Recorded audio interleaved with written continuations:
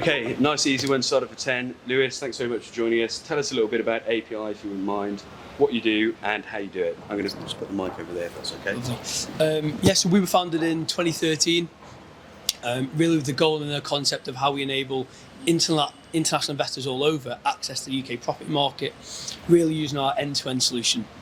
We look at investment property very similar to if you're buying stocks or equities or crypto, and that the whole process should be as hands-off as possible. It should be hands-off, hassle-free. If you're not going to live there, it's irrelevant what floor you're on, what view you've got, what colour the wallpaper is. It's more so if you've put down X, how do we get you to Y? So we've essentially got 9 offices globally that will handle the whole process for you, from the initial research and due diligence all the way through to the back end sort of post-sale lettings and management, and then portfolio review service as well. Excellent. Okay, thank you. And how long have you been involved with property? I've been with API for the last 2.5 years. Yeah. So for the last 10 years I've been based in Dubai, predominantly or always in financial services and offshore investments, of which the last 2.5 years have been based in UK property.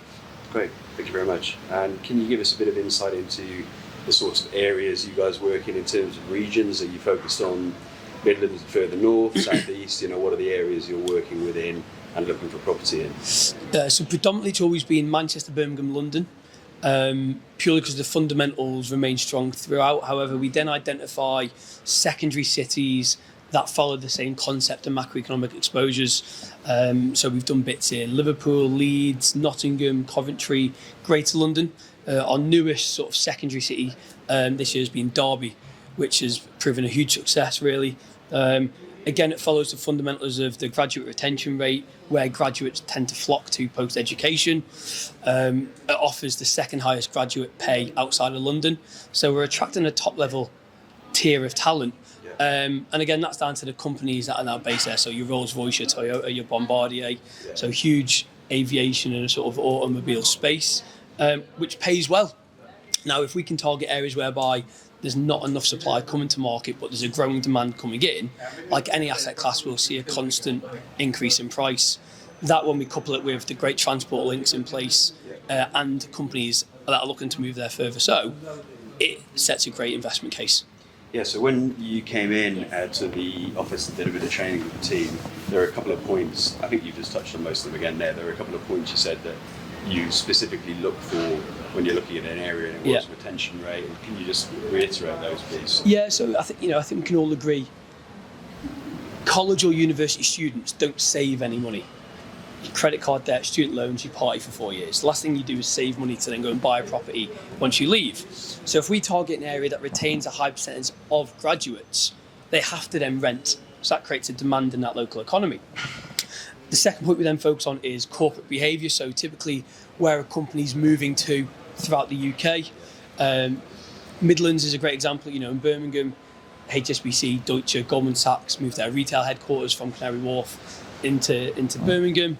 Manchester, sort of a media tech focused, BBC, ITV, Ericsson, Amazon, Google.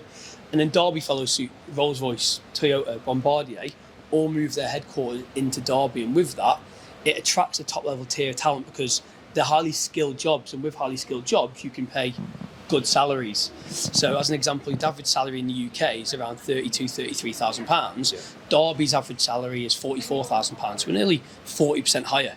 So again, when we've got a high influx of well-paid, highly skilled people coming into an area, but the property isn't there to keep up, it creates a supply-demand imbalance. And like I said, any asset class where you've got more people buying than selling, or in property renting than what's available, prices naturally grow.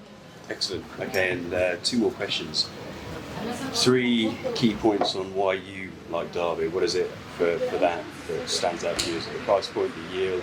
What is it? The 3 things, if you tell someone listening, the 3 key things about that development that you think make it a real good buy? First of all, for me, the developer is so crucial who we work with as a company. We only work with 6, maybe 7 key developers now. The best of the best throughout the UK, in my opinion. The developer for the Derby project is Elevate Property Group, who, for me, are the best across the Midlands, not just in Birmingham.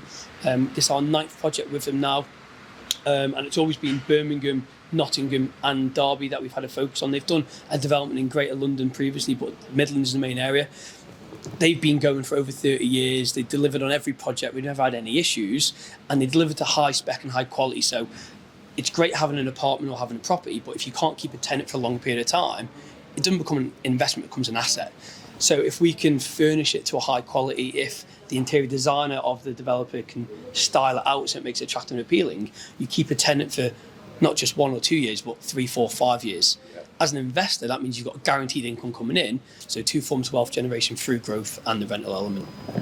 Second point we look at is, again, we look at the fundamentals. There is not enough property or quality property within the Derby city centre or cusp of city centre that's meeting the needs and the demands of the highly skilled workers that are coming in. So if we can bring a development to market which is far superior to anything there currently, it's going to be attractive, it's going to be appealing, it's going to add that demand factor. So you're naturally going to have a dogfight from a rental market, which also then drives up the growth of the property price. Excellent. Okay, I think we'll leave it there. Thank you very much, Lewis. Good. Cheers. Thank you.